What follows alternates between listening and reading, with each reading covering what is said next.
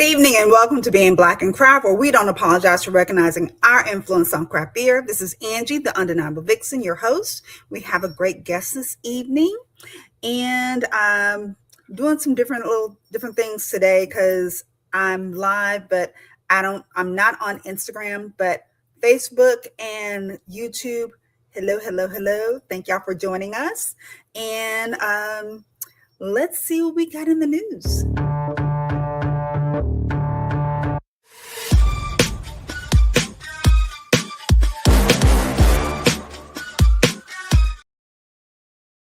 All right. So first up, I turn another year older. I am now in the 56 club. So I didn't do a whole lot of different things. It was kind of low key. I normally celebrate the whole month. I just kind of picked and choose some things. I went to a comedy show, had dinner with some friends, went to the Brown Sugar Babes pop up that was here in Dallas. I enjoyed the product. I did not like the experience that I had at the Brown Sugar Babe thing, but maybe I was not the target audience, even though that price point was my pocketbook. It was not for the weak, and but I think the last thing I'm gonna do is paint and plant, like we get a potted plant. We can paint it and then pick up our own potted plant, and I'll be doing that Friday. But that's all I want to do. Oh, and I finally scored a ticket to see the Odyssey. Dallas, Texas is one of the very few locations that have a true IMAX theater. And I thought, oh, I'll just wait for the hubbub to be over with and everything. And I just went, did I go and go to Cinemark? Yeah, there's no tickets. Up until mid-September. And someone just went, and I said, I'm going to try one more time. And there was one ticket tomorrow. I will be leaving early to go and see the 3:00 show, because they even had 7:00 a.m. tickets, and they were gone. So I'm excited to go and see the Odyssey. So that was my birthday whirlwind shenanigans, I guess. Then for beer and liquor news, if you're in the Pittsburgh area, you probably have seen TLC Libations at Barrel and Flow, Barrels on the Bayou as well.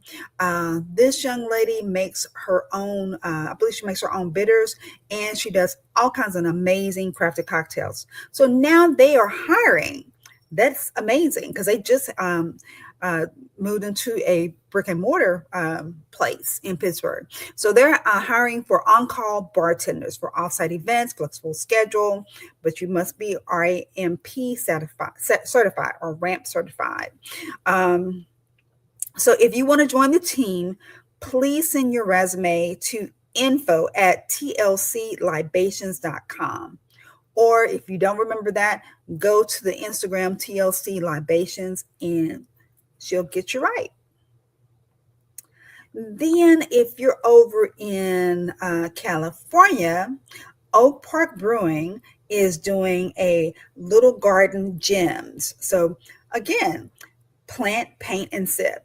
Have a little beer, get some plants, and then you can kind of zhuzh up a little portrait and kind of do something. And so this is going to be on September 11th at 6:00 from 6 to 8, and have a little sip, just do something different. I think it's great that this paint and sips and things with plant bingo and stuff has been going on here lately at the breweries, having kind of reinsurgence of getting out to do something different, because everybody don't want to go to the club. I don't. So I think this is great. So then again, I know I mentioned it when Annie was on the show last week, but just want to reiterate, if for sure you are an NB2A member and you're wanting to go to Brewbound, December 9th and 10th in California, they have discounted tickets available. It must be a pretty penny, because the $4.99, I believe, is the discount. So it must be a pretty penny. So if you're NB2A member, or you're considering to be a member, this is one of the benefits that you do get with being a part of MB2A. So check that out. And then Moore's Brewing, they always doing something amazing. Always, always, always. So what they're doing now is they have an event in conjunction with Moore's Brewing, featuring some iconic hip hop artists. Talib Kweli, one of hip hop giants. That's going to be on October 24th, and also Mobb Deep at the Ramova Theater in Chicago. So if you're in Chicago, tickets are on sale right now. Those tickets are going to sell out. They're definitely going to sell out. So I would, if I were you and you're in Chicago or planning to make a trek to Chicago, go to Moore's Brewing, their IG, to get the link to get tickets to see that concert. Then when I was scrolling, minding my business, loving Jesus like I do, I saw the girls are fighting in the streets, for sure, for sure. And I was like, Jack Daniels, they're having a hostile bid takeover. Well, tried to. I put it that way, tried to. So the Brown-Forman stock has fallen 60% over 5 years as America drinks less whiskey. Merger talks of Pernod Ricard collapse in the spring. A crosstown revival. Sazerac, that's who put in that bid. Sazerac, if you know Sazerac, you know them being in New Orleans, the iconic drink. Eagle Rare, which is one of my favorites from the line. Colonel Taylor, those things like that. Buffalo Trace, those people, they have all that money. They was like, hey girl, I see y'all, y'all having little issues. Can I put 5 on it and get it? Because y'all seem like y'all will touch them a little bit. They basically did say they gave like an unsolicited bid of $15 billion in May, and the board rejected it. They was like, yeah, I'm not a cheap whore. That's not enough money for us. But they did try, which I find that very interesting. And it sounds like, with the little tidbits that I've seen, a little bit of infighting with the family, because it's spread out over, I believe, as far as the shares and the bidding, as far as the stockholders, it's like 100 family members. So out of those hundreds, they all have a say in that. And that can get kind of nasty. So the pressure is mounting for the CEO who announced his retirement, because that's kind of what triggered it off. When he said, I'm out, that's when Sazerac said, hey, girl, you up, big head? And that's when they put in that bid, but they said, no, that's not enough money. So I definitely want to look at that and see how that's playing. As well as, and I forgot to put it down here, but there's a big distributor that also went bankrupt recently, just like within the last couple of weeks. So it's a little, some odd things are going on in the streets as far as liquor. So, stay tuned and watch out, because basically when stuff like that happens and we have this 3-tier system, it rolls downhill real heavy, and it's not good for the girls. It's not good for everybody. So stay tuned for that. Yeah. And wanted to mention again, Black August, if you're here in the DFW area, Black Man Brewing, he has this one last event. It is going to be this coming Sunday. This is, I believe, is his ticketed event for his Saison. If you want more information, please go to Black Man Brewing and see if you can score yourself a ticket. And that's all I have for the news.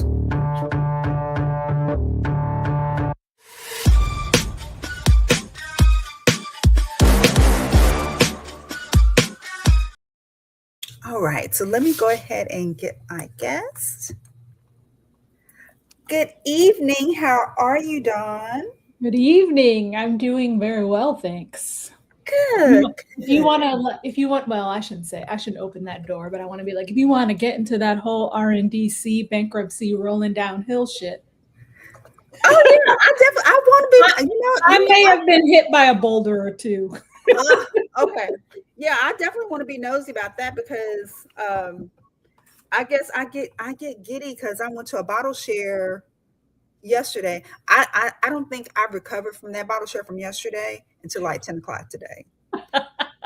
But because you are here, I am going to have me a sip of my New Dawn.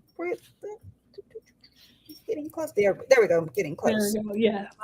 I'm having me a little bit, just a touch. I know you said you were having an old fashioned. I got an old fashioned with the 10-year. Yeah. Yeah. So pour me a little, pour me a little good trouble right here. And so yeah, let's see. As I say cheers to you. Cheers for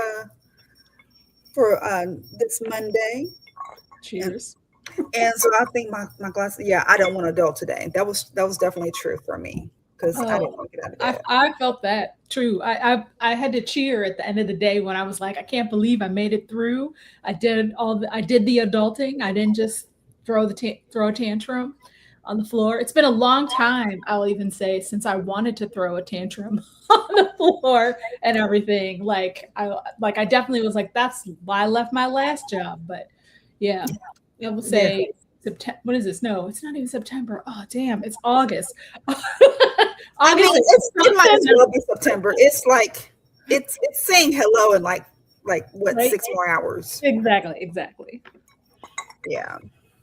So let's start at the still. So what what happens between grain and glass that made you say, "Yep, this is why I want to be a distiller." Well, I'll say, and well, okay. Let me get my thoughts together here because what I really want to say is when you talk to a lot of people who have decided to start their own brands or go into distillation, it's because they see a gap in the market.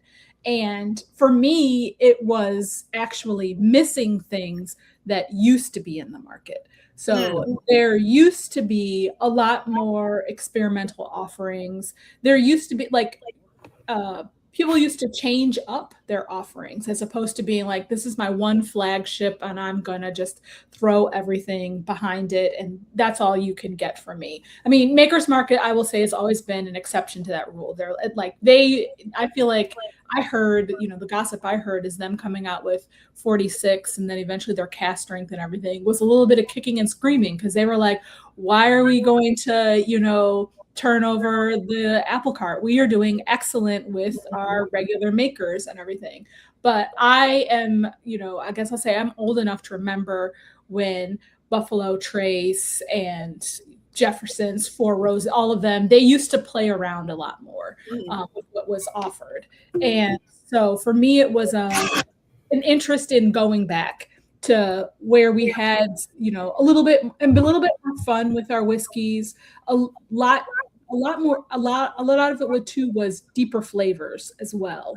I have done the journey of starting out with lower proof spirits and then wanting to move into cast strength, but I don't want my cast strength just to be cast strength for cast strength's sake. I want it to come with that flavor profile, and so that's where New Dawn sort of started for me in that thinking of, oh, wouldn't it be cool to get into pulling out cast strength whiskeys that are pushing the envelope in terms of how they're made, more experimental. Let's see what happens playing around with both barrels and techniques and all of that, but also wanting to bring to the table flavors that maybe we haven't been seeing all that often in whiskeys.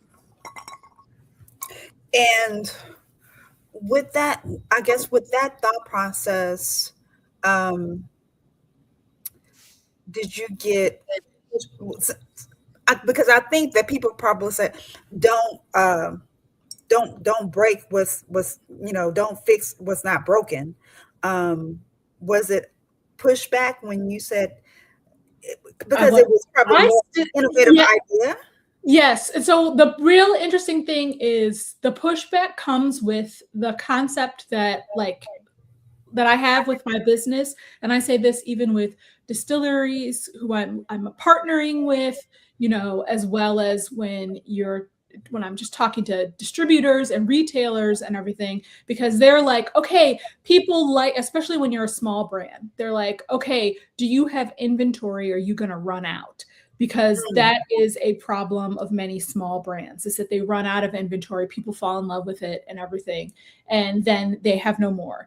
And I'm like, well, actually, that is my business model, is that I don't want to be offering this 6 year or the 10 year until the end of time. They will constantly be replaced by, new whiskeys and everything. One of my greatest frustrations right now is, one, I still have too much bourbon, and that's not the consumer's fault. It's not a reflection on the bourbon. It's more the when I was buying and everything, um, talking to the distiller and who I was working with in terms of like how to build up my brand, they were thinking, well, you want to have stock because you don't mhm. want to you don't want to run, you don't want to run out and everything and leave your retailers and whatever. And as a result, it's like I'm in this situation where I'm like, well, I need to get rid of a little bit more bourbon first and foremost, to be like, okay, now I want to jump into a rye. But also now the economy, you were talking about the slowdown and whatnot that we're seeing,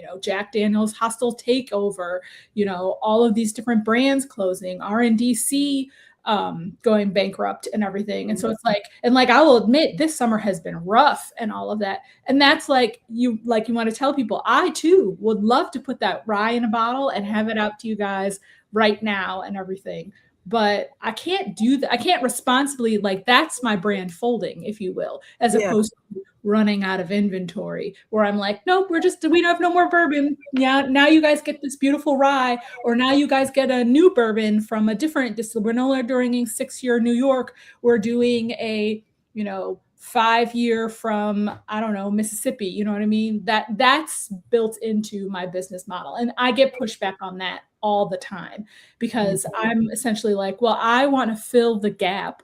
And I do think that that's important to think about when you're coming to the table with a brand or even a distillery. What gap are you filling? And if you're going to mhm. just be doing same old and everything, then you really do have to be like, okay, I'm bringing new flavor, etc., whatever. Versus where I'm like, well, the gap I'm filling is, I want you to think New Dawn and think, oh, there's a new offering, and let me go and get that quickly and immediately before it sells out. Yeah, I guess I can definitely see the contrast, because I'm thinking in other um, past, as far as companies, they have, set, maybe like 4 to 5 iterations. They just come out with it. Yeah. But then I'm thinking, like you, where am I putting all this? Right. Where am I supposed to It's house that and that part is that's the, I don't know. People don't talk about it. The secret nobody knows about and everything, where it's like, when you have tons of inventory, it has to go somewhere. And I think there are a lot of people who think, okay, you're a distillery, or even you're at a brewery, so you obviously have some warehousing. You have a warehouse somewhere. But it's like, well, guys, you've toured the breweries in the middle of Chicago and whatever. I mean, we have beautiful it? 7-3 distillery down here in Louisiana. It's like, you've seen it. It's this big. They don't have all that warehousing, and so that means that you may be sending it to somebody else to warehouse, or buying an extra building to warehouse it. And Mhm. all of those are costs and expenses, whether it's rental and whatever you want to call it. And so it's like, yeah, it doesn't necessarily, and I think that that's why a lot of small brands do. They start out with small, runs, and then they run out and they like need to refill it and everything. And so I was like, well, to essentially get around that, it's I want to do a small run and then replace it with something else. We're constantly just replacing it with something else as opposed to continuing to warehouse and hold stuff for forever and ever waiting for it to be sold. So, um, outside of that, as far as housing, is there another part of the distillation process that consumers get confused or just don't understand? I mean, the 3-tier process is something I get it. I do. And I will even say, I mean, I don't have my soapbox. I should have my mini soapbox for these moments. So because I would argue that the only person or the only people who truly understand the 3-tier system are suppliers. They're the people who are making your beer, your whiskey, your spirits, your vodka, your liquor, your wine. Those are the people who understand it. Mhm. Everybody else only understands their little bubble or what they think they need to understand.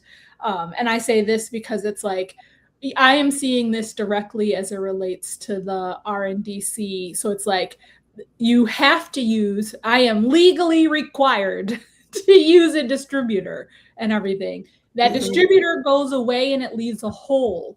And everybody down below just thinks, well, okay, find another distributor. And it's like, well, if it were that easy, you know what I mean? Like, and all I have to say to people is go to a distributor's website. That's to me, this is like if you want to start trying to understand this process and where your suppliers are like wringing their hands and tearing out their hair and everything, go to a distributor's website. Who is that website for? Is it for suppliers or is it for retailers? And if you're like, and what you're going to note real quick is it seems to be for retailers. And then that should have you thinking, well, if the distributor's website is outward facing, everything on it is very easy to navigate and sign up if you are a retailer and everything, where does that leave suppliers? How is a supplier getting into a distributor? How are they contacting people and everything? If there isn't a clear form, a clear, please contact this person if you're interested to suppliers, even an open call to like a job, if you will. We are looking for suppliers and everything. If none of that exists and everything, then then consider how that works for your supplier and how that might be difficult then for you to then be able to see them in your retail stores or your bars and your restaurants, and why you're seeing so many who are either just selling directly from their own breweries, distilleries, or online. Mm. Okay. And now I'll Yeah. get off my soapbox, maybe. So if you're willing to share, so are you a part of the it's art? I want to say the RNDC, Republic RNDC. National Distribution. I don't know. So I was with, and this is where you're like the layers upon layers. So RNDC had what they called their ERNDC program, and you could consider that distribution light. And my understanding that that was put together in partnership with Liberation Distribution, which is an online I don't know if I want to say online, but they're also a distributor, and their concept, LibDib's concept, is bringing distribution to everyone, trying to get around that. How do like somebody take my call and whatever? Anybody can sign up to LibDib. They used to have it where it was, you could sign up free, and LibDib got their money because every time you sold a case, they took a percentage off of it and everything. That's how it worked. And RNDC was a partner of theirs and allowed us to do like reach into other states. So I was initially using them in Maryland and DC and was setting up with ERNDC side of things for Louisiana and Texas. And I started hearing whispers like late last year that things weren't going great. And so that made me sort of put a pause on Louisiana because I was like, ooh, I don't want to like get set up in Louisiana and then they crash and they like pull out. And they had just at that time last year RNDC had pulled out of California, which is a huge market. It was this big Mm. uproar all around and everything. Mhm. And this is just to say, so I didn't move forward on the Louisiana and the Texas front very quickly, because I was kind of like, oh, I want to see, but I'm still working with them via LibDib in Maryland and DC. And May of this year, like all that came crashing down. So I Mm. have, so this is why I say I've been hit by a few boulders, because I haven't been able to get product to Maryland and DC. And right now I'm just like, I'm pulling out of Maryland. I'm still trying to figure out if I can get, well, DC has a different pipeline to getting product, but not it's not as straightforward as being able to go, I'll say, through a distributor and everything. So for me, it's like those two markets are dead, as are my pathways towards Louisiana and Texas. And so you're like sitting here. So it's like right now I'm like, okay, guys, I'm still California, Illinois, and New York and everything. But I will say, because of my price point in particular, and um, well, maybe I'll just say, because of the price point, you're not going to find New Dawn everywhere. I'm not like your, what do they call them, heritage brands, if you will, who all have a very cheap product that they can put everywhere. So you can find them in your convenience stores and your Mm. whatever, blah blah blah.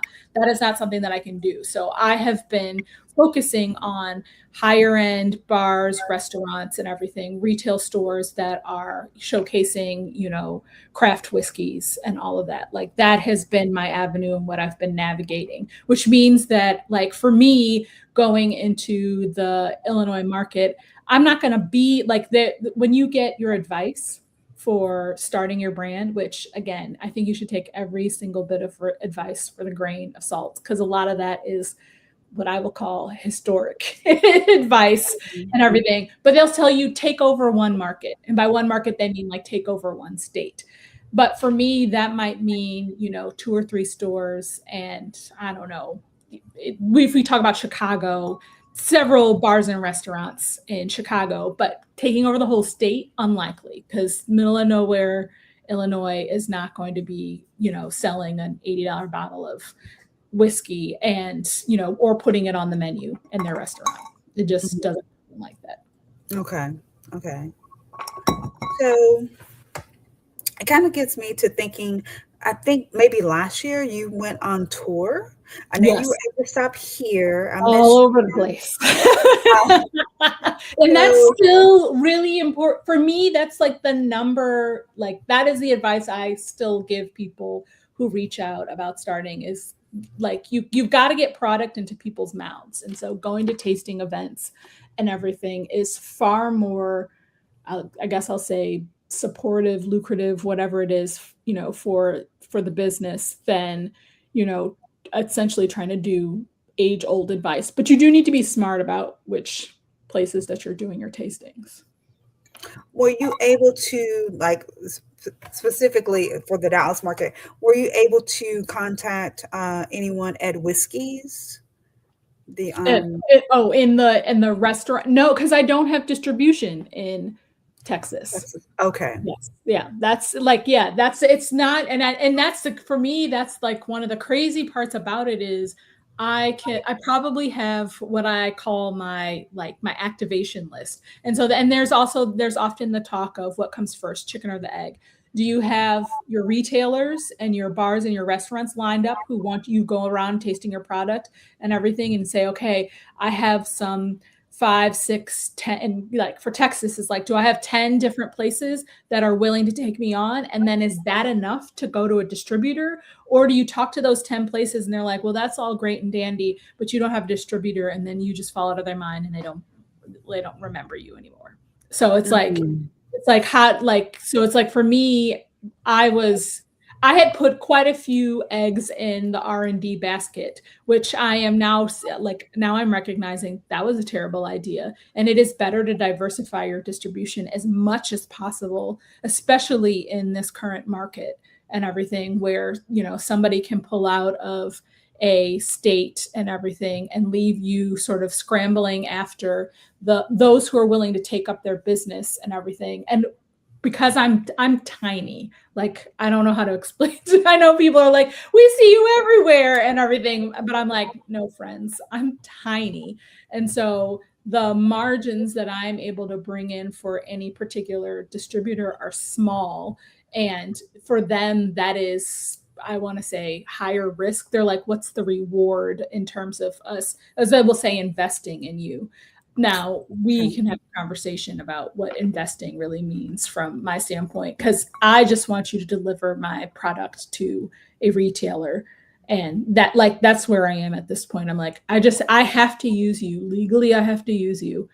Will you please just take my stuff to the retailer? I don't need you to be my salesperson.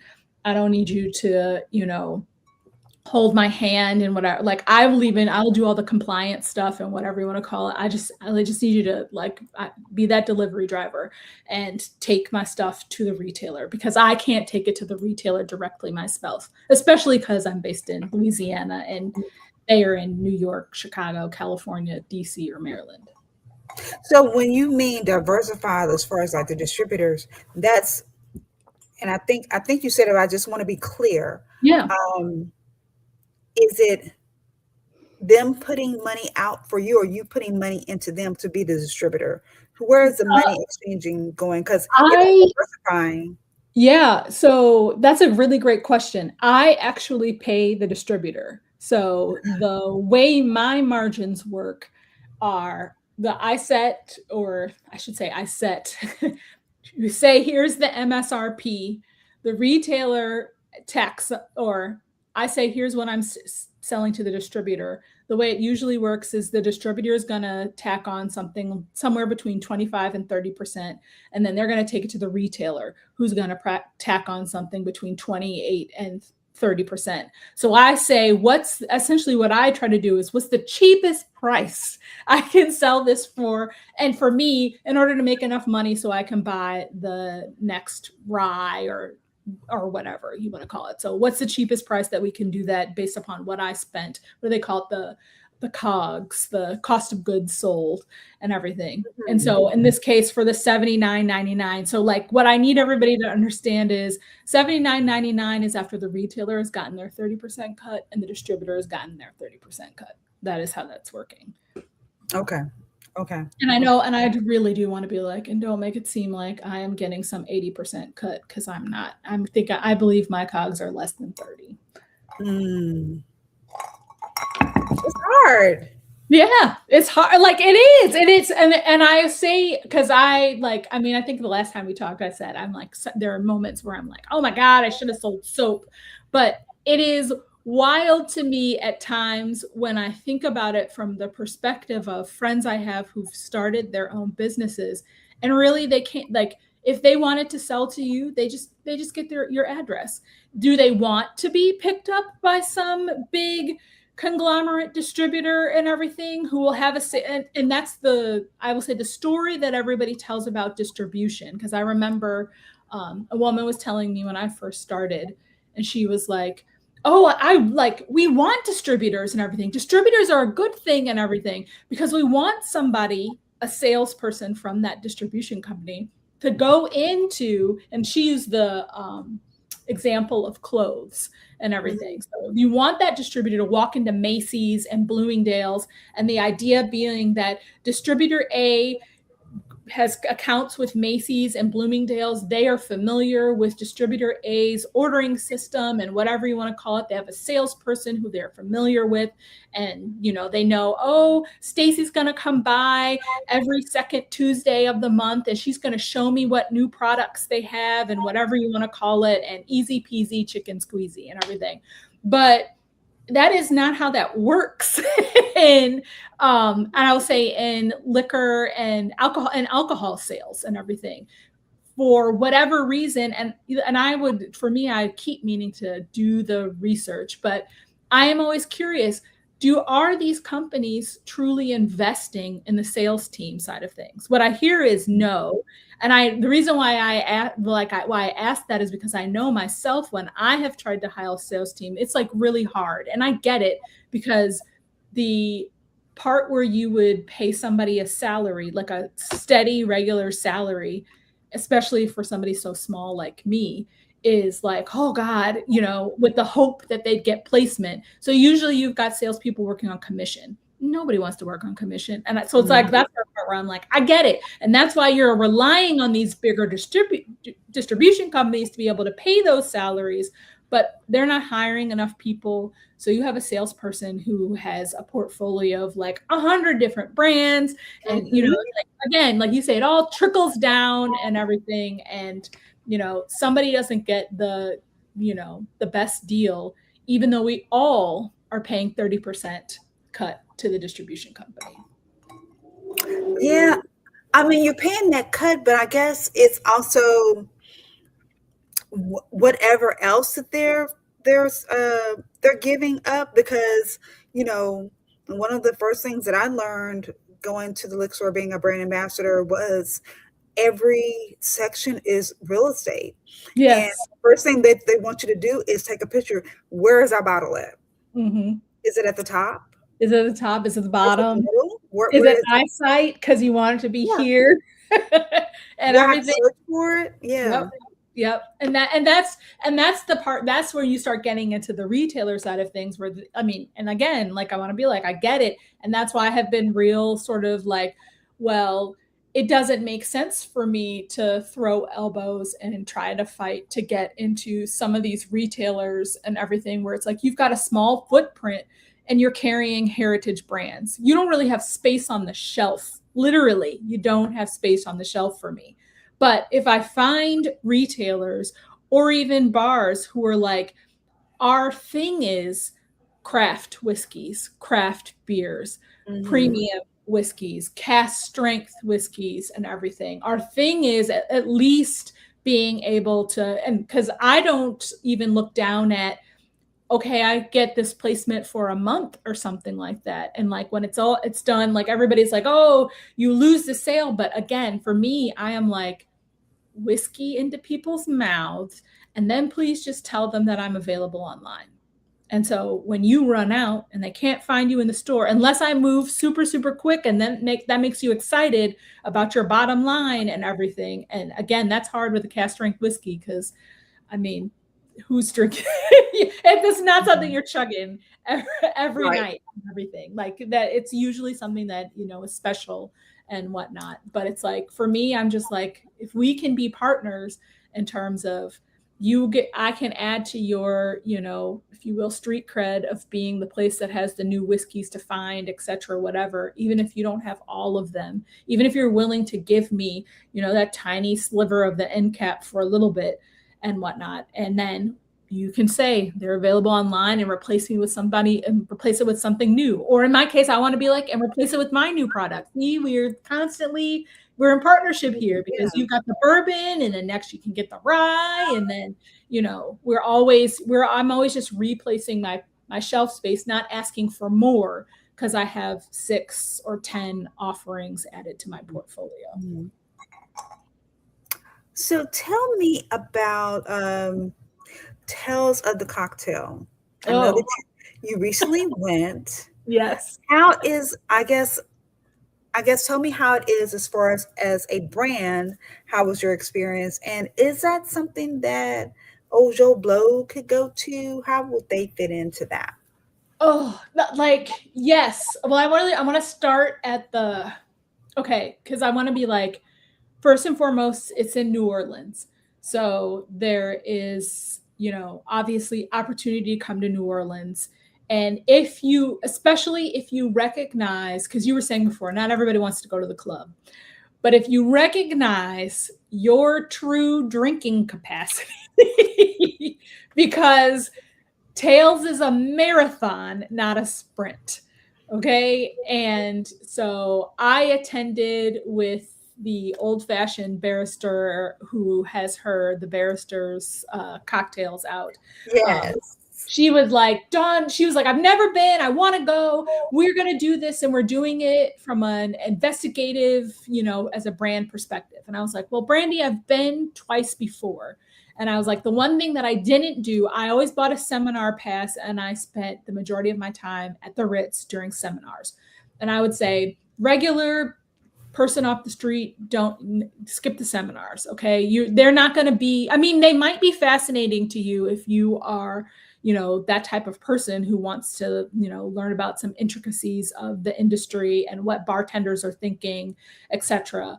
But you're probably going to go and get a tasting week pass. And that allows you to go to tons of different events happening all around New Orleans featuring various brands and everything. And the reason why I say is know your true drinking capacity, because you can find yourself just hopping from place to place to place in New Orleans. They give you swag and everything. Sometimes there'll be little bites of food, but often it's not enough and everything. It really is.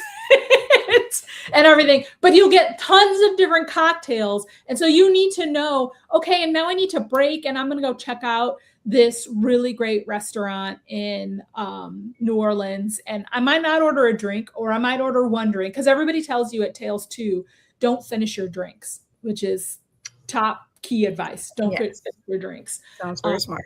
And I want to be like, to truly give you the picture, like events start at like 10 o'clock in the morning and then go into like, I don't know, 3 o'clock at night. And when I say events start at 10 o'clock in the morning, I mean an event whose purpose is for you to drink alcohol, more often than not liquor, okay? Starting at 10 o'clock in the morning and then going into the wee hours of the night. And that is why, like, yes, your face, I was like, by the time Thursday rolled around, Brandy and I were both like, absolutely not. We were over peopled. Because we both are always telling everybody we hate people. We were over peopled. We had too much to drink, and we were just like, all I want to do is take a nap. Okay. And we started on Sunday. And so there are a lot of people who will come in who will be like, they'll only do like 2 or 3 days. Our friend, the drink doctor, was he there on Tuesday? But he wasn't there the whole entire week. So he was by the time Thursday rolled around, he had way more stamina than the rest of us. Mm-hmm. And so I want to say, yes, come, you have the opportunity to see several, I shouldn't say several, like many different bartenders and everything, practice their craft.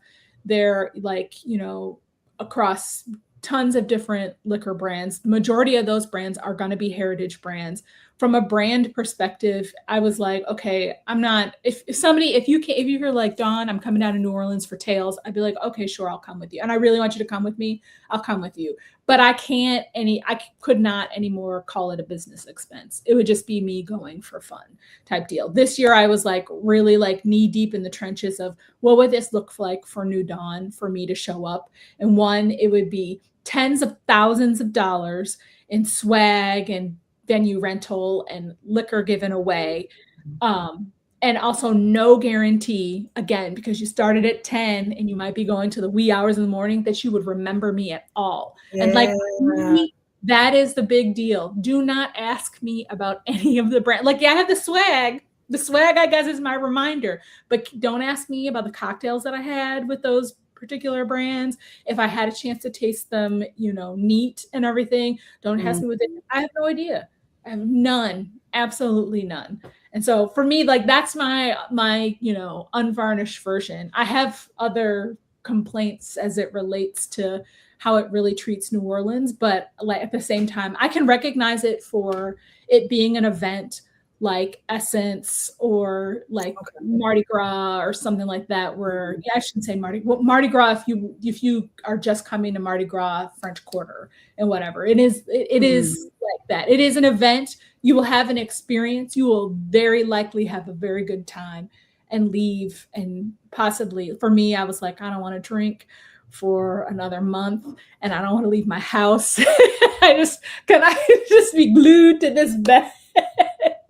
Brother, I was totally the next week after, you're going to be useless. So get all your work done, come to Tales, and then be useless. I wish that I had actually planned a vacation after Tales, because that's what I thought. Wow. So What are you currently working on for New Dawn that has you waking up excited or keeping you up at night? Oh, I mean, the distribution thing keeps me up at night, but I think what has me excited more than anything is that we are still finding new people, and I guess it's the ways to, the way of finding new people. Like it's like I always want to remind people that 2 years ago, around this time, I was like working in conservation, you know what I mean? So it's like I didn't know anything I don't know anything about the true liquor industry, marketing, and none of that and whatever. And I say that like because I thought I was a good storyteller from a conservation, and it's quite possible. I want to be like, I'll give myself credit. I was a good storyteller from a conservation perspective and everything. But now I'm learning a new industry and learning how to tell the story better. And so I get excited. I get excited every month about bourbon and books. Every month. And I could, those videos could be hours, okay? That I'm just like, done, no more than a minute and 30 seconds and whatever. But they could be hours of me being like, oh my God, friends, this book. And it's even the books where, like, what is it, Sky Full of Elephants, that I did not particularly like. Look, let me tell you about that. It I think everybody that I've talked to, I usually make this face about Sky Full of Elephants. So my issue with it is that I feel like the person dropped the ball because I the concept, the the beginning, concept was how it great. started, and I don't think that they knew enough to follow through with it because I did, that little girl, oh, Sydney, whatever. But that was so to me, you know what? That's an interesting way to look at it, because I have just been saying I don't think that they had a diverse enough group of Black people that they were friends or family with. Because as you like, I could certainly say, no, I can't even say that. I don't know any Sydneys out there. Okay. But I know that from my perspective, I definitely grew up with, I'll say family in particular, being like, oh, you're an Oreo and everything, or you got a little white girl in you. And I like reading that book, I was like, friends, I would never be that woman ever, ever, ever, ever. But two, the experience, like the myriad of experiences of Black people, and the idea that all the way people could disappear and we would be in this, like, we wouldn't just pick up and make it better, like things would right? pause. Like It I was just was like, what? Like I because I really want to be like, friend, do it you was it do was not we were know that living in The there are Walking Black women? Dead. Yeah, but it's like, but for me, I was like, do you not know that there are Black women out there who've got PhDs in conservation?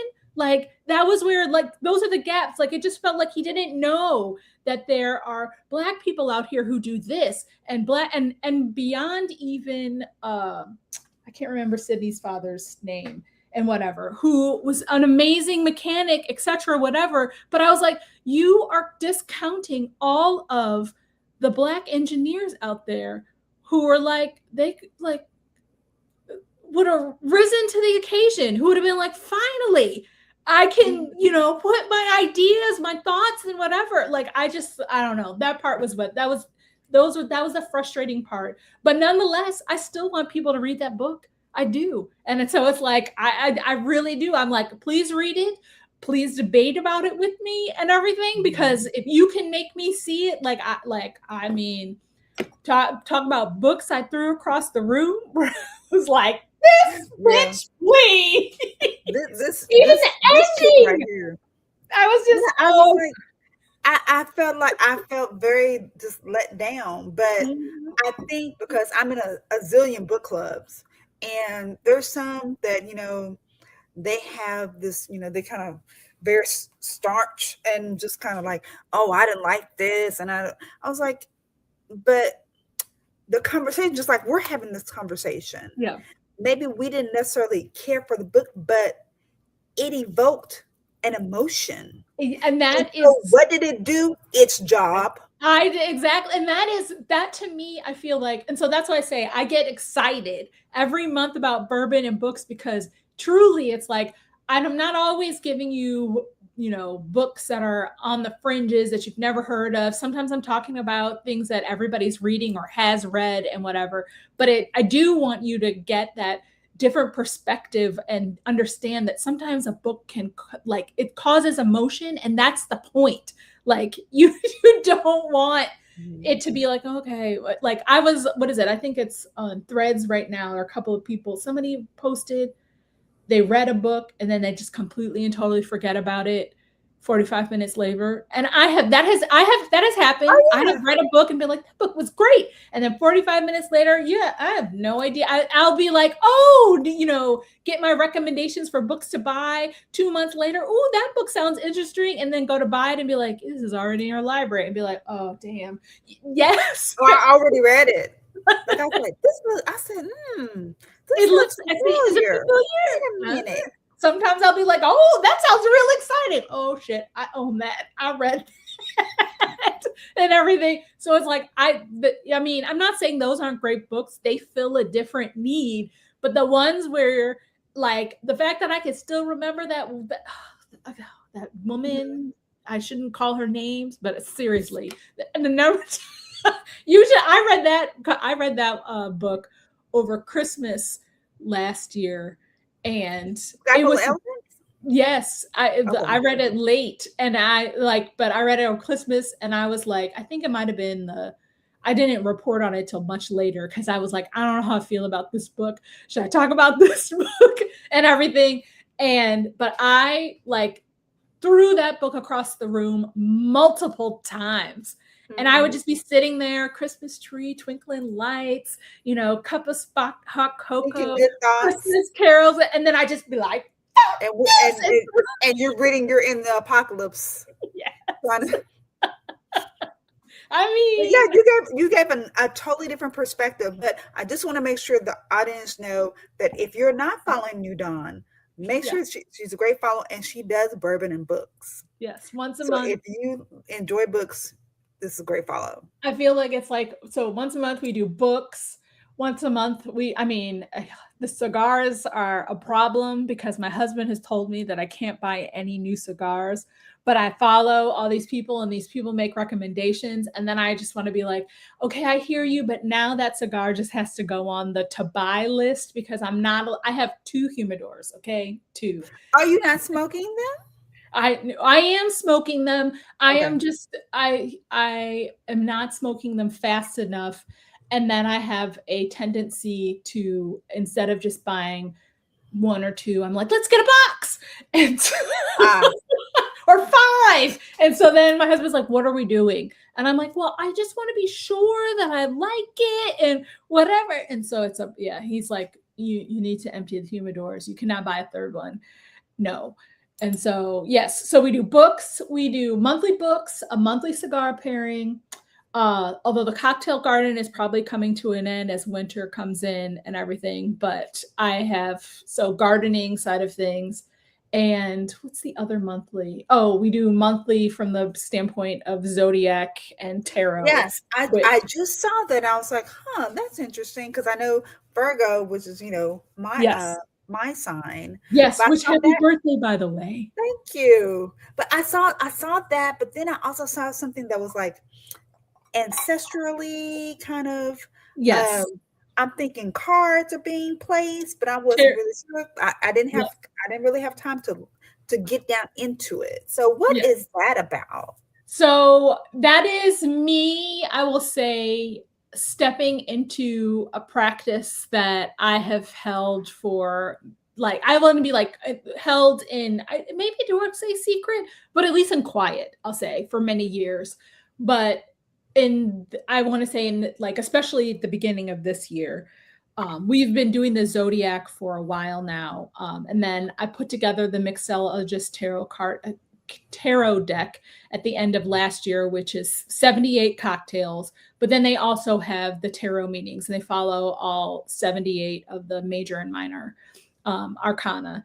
And I like essentially leaning into that sort of a side of me that I think was like extra awakened, if you will, being in New Orleans and everything. And truly for me, because both of my parents have passed, my mom right before I moved to New Orleans and everything. And when I was starting this business, like I want to say there's a constant, there's still, I'm like always like, it's when you lose your parents, I want to be like, when you lose your parents young, and I mean, I don't know, I'm 46, so it's not that young, but nonetheless, it feels like I'm like, what am I supposed to do if I can't call my parents and be like, Mom, blah, blah, blah, blah, blah. And my mom was the memory, and she's the one who remembered all the recipes, all the things, and the what and whatnot and everything. Okay. My dad was the whiskey drinker, the fun.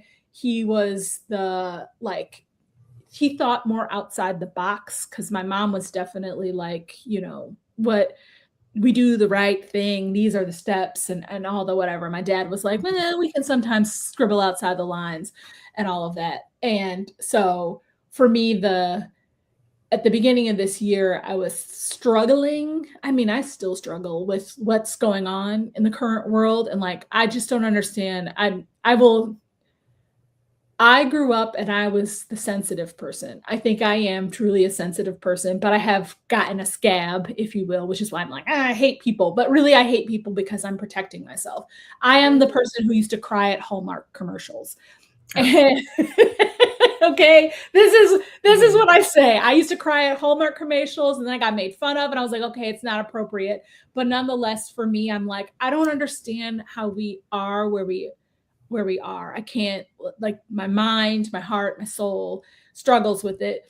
But in particular, living in New Orleans, and I want to be like, I want my ancestors to tell me how we move forward, because they move forward through so much more, slavery, Jim Crow, like all of it, civil rights, like, you know what I mean? So much more. And yes, they're ripping everything back and all of that. But for me, I'm like, is there something more? So tarot deck was, I will say the tarot deck is a little more whimsy and everything. But this year in particular, still sort of like, yeah, you can start out using this as whimsy, but maybe this will provide some clarity, like give you something to think about as it relates to, okay, even if you're just like, let me shuffle this deck to see what drink I want to make tonight and everything. And then you pull it out and read the card, and it has the, tarot meaning right on it. You can be like, oh, maybe that is resonating with me right now. October, I'm excited about October because I am putting together some storytelling, and I think some practices for people who do want to connect more with the, their ancestors and the ancestral side of things and all of that.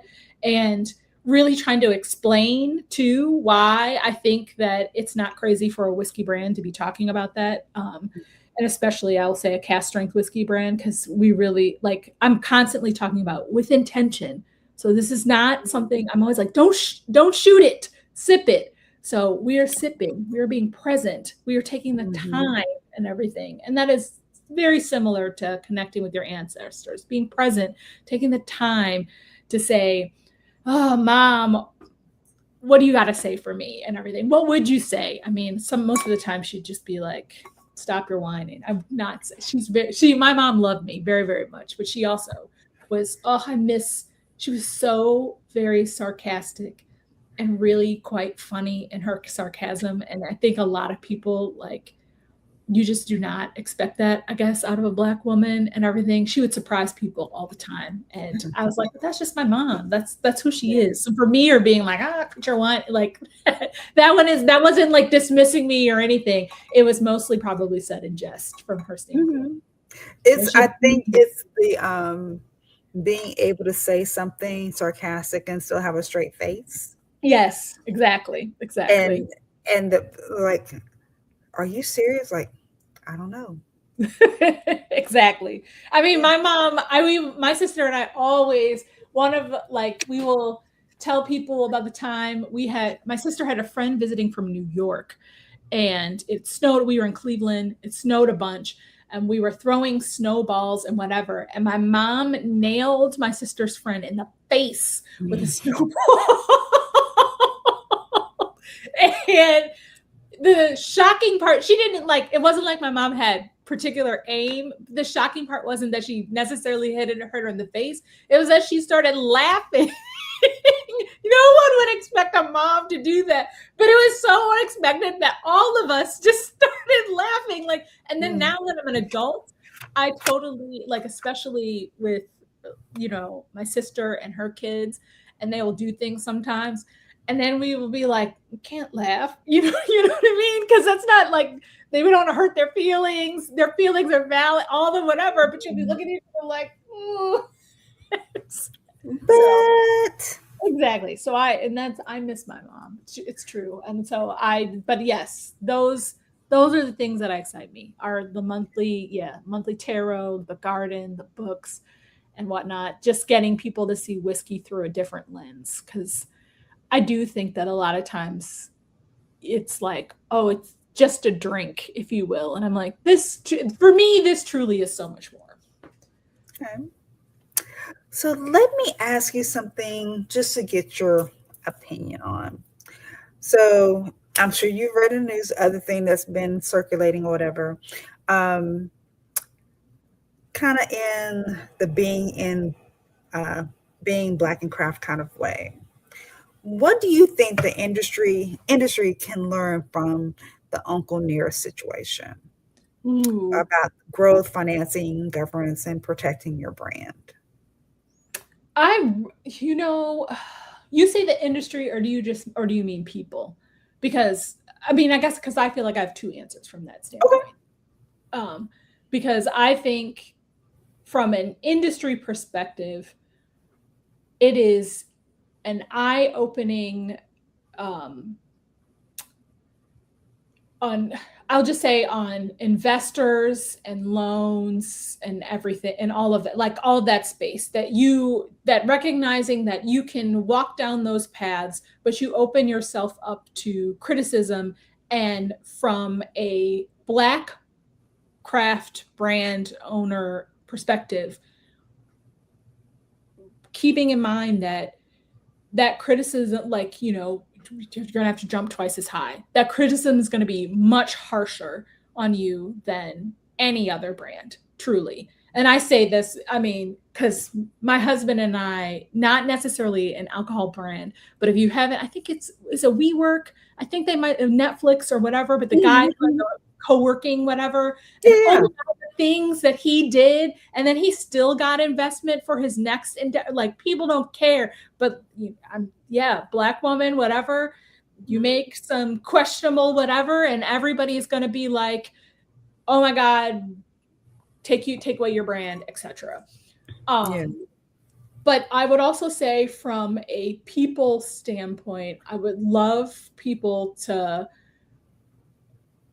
like, this is where the understanding the 3-tier system and really understanding what it means to be a growing brand, and the things that brands do, putting themselves out on a limb, hoping for support from consumers.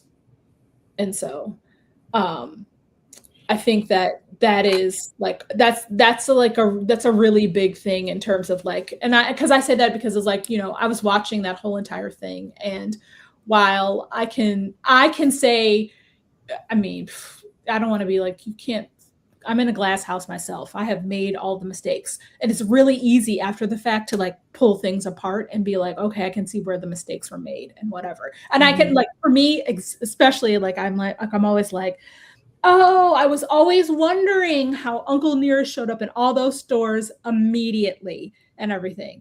That should have never happened. That was big mistake. Okay. I feel like that was a big, small mistake, if you will, but like, should have never happened. You have to grow slowly and everything. Having all those bottles sitting there and whatever is never a good thing. We talked about, like, whether you're going to get that shelf space again. all those things. Mhm. But like for me, I'm like from a consumer standpoint, you need look at the small brands, the ones that you have supported once. If you said their stuff was good, you need to buy it again. Okay. You can't be like, oh, it's not in the store. So, or I like plan ahead. Okay. Just the same way you plan ahead for that Amazon purchase or whatever you want to call it. Anytime you're buying anything else online, plan ahead. Those small brands really do need your support and everything. They need you to like go in and repurchase bottles on some whatever. But from an industry perspective, I'll say I was like, this is why I don't really want the investors and whatnot, while I am reluctant to go into any sort of bank loans. And for me, it's like until I have, essentially built up 10-story foundation. You know what I mean? And maybe that's not the smartest business move either, but Mhm. I just like just looking at what happened there, I was just like, oh, this is not how I would want my brand to go out at all.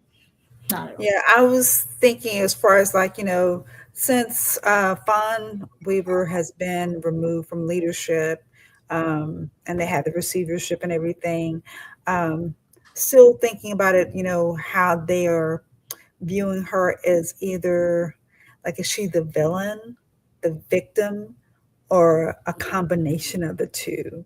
So, Definitely a combination.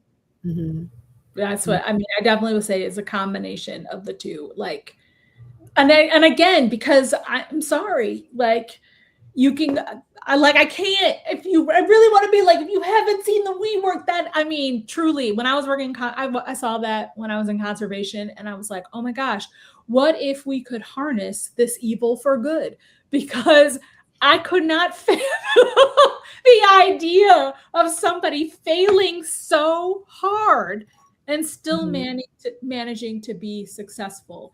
And I do wish that been given maybe a little bit more space. But I also think that I'll say also wish that she had pulled in more people. I will say more Black people and more people with her interest, or maybe you'll even say the brand interest, because I feel like the Uncle Nearest story was so important to mhm, be told and then to be elevated in this way. And really, we needed somebody who was going to be a steward of that story to come, like, to essentially, I want to be like to somebody to raise their hand and be like, ma'am, this is more than about you. This is about this story and what this brand means mhm, for Black people in the industry. And I know that that's always a heavy crown, if you will, to carry, to be the first and all of mhm. that. And then to be like, well, everybody's on my shoulders and that's not fair and whatever. But I mean, it is what it is. And like that, I mean, the part that hurts me the most is that that story and his ancestors didn't get what they deserved or haven't gotten what they deserved. And I worry about somebody, if it's not taken over. I know that they said, I heard rumors or whatever, or maybe even read things that it's like, there's a conglomerate of Black people who are taking it over. So it will still Mhm. remain Black owned and Yeah. everything. So, like, certainly that is the hope. But otherwise, you're just like, oh my God, yet again, what is it? We're losing recipes. And in this Yeah. case, we're losing a whole story and a whole legacy. And that That part we just that we just got, discovered. right? And we just Yeah. discovered that we just got. But yeah, I would definitely say both is probably how I would put it, Mhm, because I mhm. don't know if she held that story and that legacy in the regard that it required. But I definitely agree with you. If you enjoyed it and you can still get your hands on it, um, to still support it for sure, for sure. Yeah.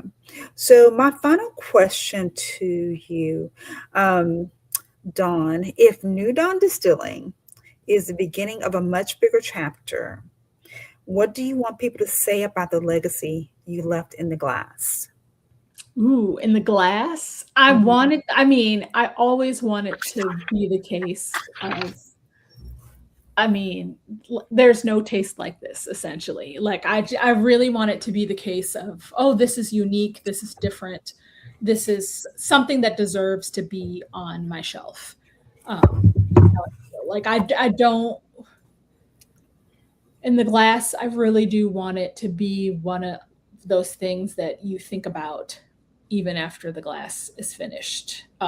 That's the legacy I want. I mean, I would love the legacy to be that I am on footing of these heritage brands, but for the taste as opposed to just the name.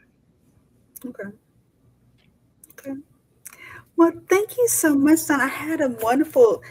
This Same. was a wonderful evening. I loved catching up and getting to know what's going on. Now, I know we talked about Sky Full of Elephants. What other books, or what's the next book that's coming up that you're going to discuss? So September is my heavy read month. I was like, and you'll see, because I essentially say I don't know why. Um, I am always picking like super heavy books. So September is Book of Negroes, and then October is The Killing Spell, which is a book that I found off of. Ooh, I'm not going to remember the name of. I think I've heard of that. That's It's a that one was, I was completely and totally unexpected. It's a little bit of fantasy. Story is essentially Hawaiian peoples moving to mainland and holding on to their language. But the reason why I say there's fantasy involved, because there's magic in language now, and mm, I really was that one sort of resonated a great deal because of both the ancestral connection and the questions of legacy, and what does legacy mean, and especially like I'll say, the backdrop of ancestors, like, okay, you're supposed to carry forward all of this stuff, but where do you make your own legacy? um, and so, but then, like, so many books that are on my shelf right now.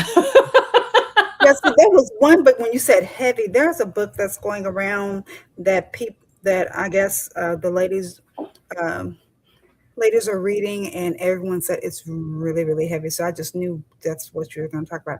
I can't remember the name of the book, but I remember it's a silhouette of a woman. She looks like she has on a head wrap, Okay. and you can just see her shoulders, just like a silhouette. And there was like it was good, but there's a whew.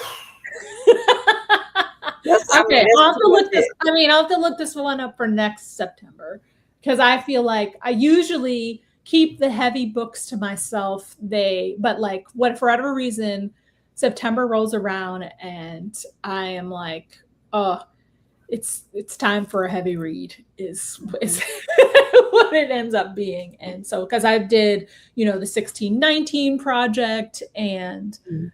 oh, I can't remember what was last. Oh, James, I think, was last, which was not too heavy and everything, Yeah, but still from the sort of, tickled me a whole lot. yeah. Yeah. I agree. I like James. I like James a lot as well. Mhm, mhm. I thought it was interesting from the, I, I did not care for Huck Finn. So I guess Yeah. is what I will say. I was like, I didn't care for Huck Finn. And I distinctly remember that. And that's why I put off, I think, reading James for so long. And then I was like, I should have known better. This was written by a Black man. Like, he was going to give it a real good spin and all of that. But yeah. Mhm. Okay. Well, thank you everyone for joining us again for being Black in Craft. Or we don't apologize for recognizing our influence on craft liquor. And Thank you. I will see. I think we have a guest next week, but y'all stay tuned. Uh, Make sure that you're following New Dawn Distilling, and make sure that you're following us on Being Black and Craft for Facebook and Instagram. And for sure, we'll be back on we're on YouTube as well. But make sure we'll be back on Instagram when I figure out what I'm doing on my new laptop that I got. So y'all have a great evening.